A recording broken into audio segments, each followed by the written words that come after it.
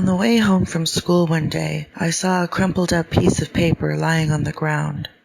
Out of curiosity, I smoothed out the paper to see if it said anything. On the paper was a poem. Roses are red, violets are blue. I am dead, you will be too. You won't know I'm coming, I won't say boo. The fun of it is, when will I come for you? Violets are blue, roses are red. Surprise, it's me. The last part of the poem had been ripped off. I shuddered as I crumpled the paper back up and threw it on the ground where I found it. After a moment, I picked it back up and ripped it apart. No sense in someone else finding it and getting creeped out like I was. I tried to brush off thoughts of the deranged little poem and continued on my way home. I felt a chill run through my veins as I picked up the speed of my walk, trying to get home as fast as I could. I unlocked the door to my house and called out to my parents. No response. I walked into the kitchen and saw a note taped to the refrigerator door. Went out with Dad. We'll be back late. I left some money on the counter in case you wanted to order a pizza. Love, Mom. I grabbed a yogurt and flopped on the couch to watch some TV.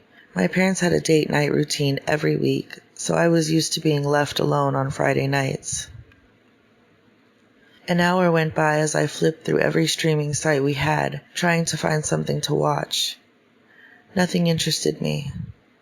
I sighed defeatedly and turned off the television to head to my room.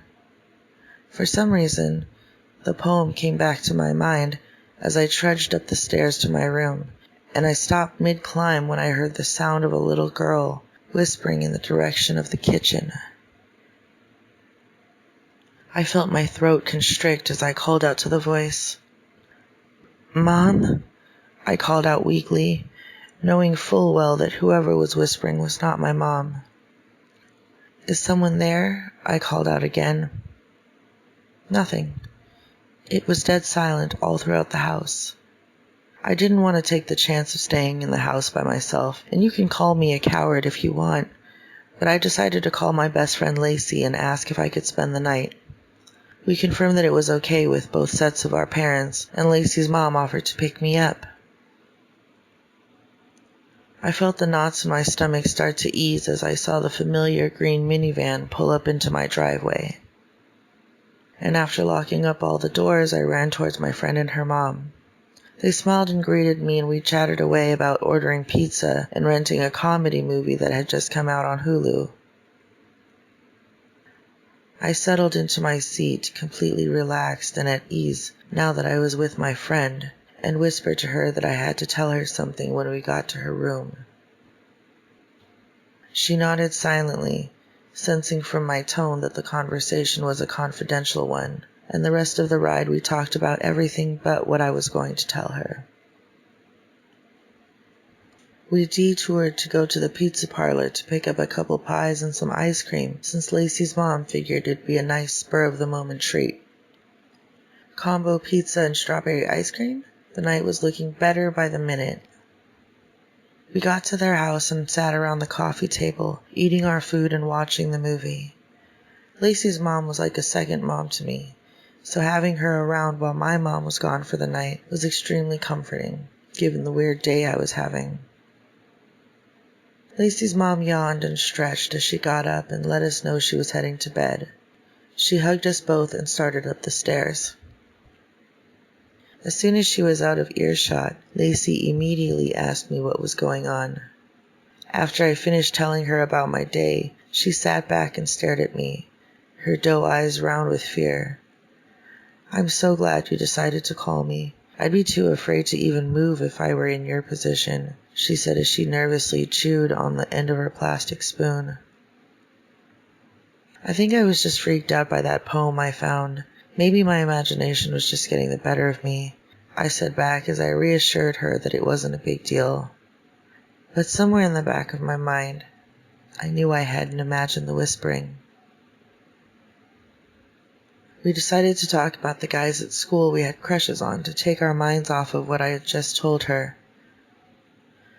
After cleaning up all the food, we headed up to her room and laid on her bed, still gossiping about all the goings-on at our high school.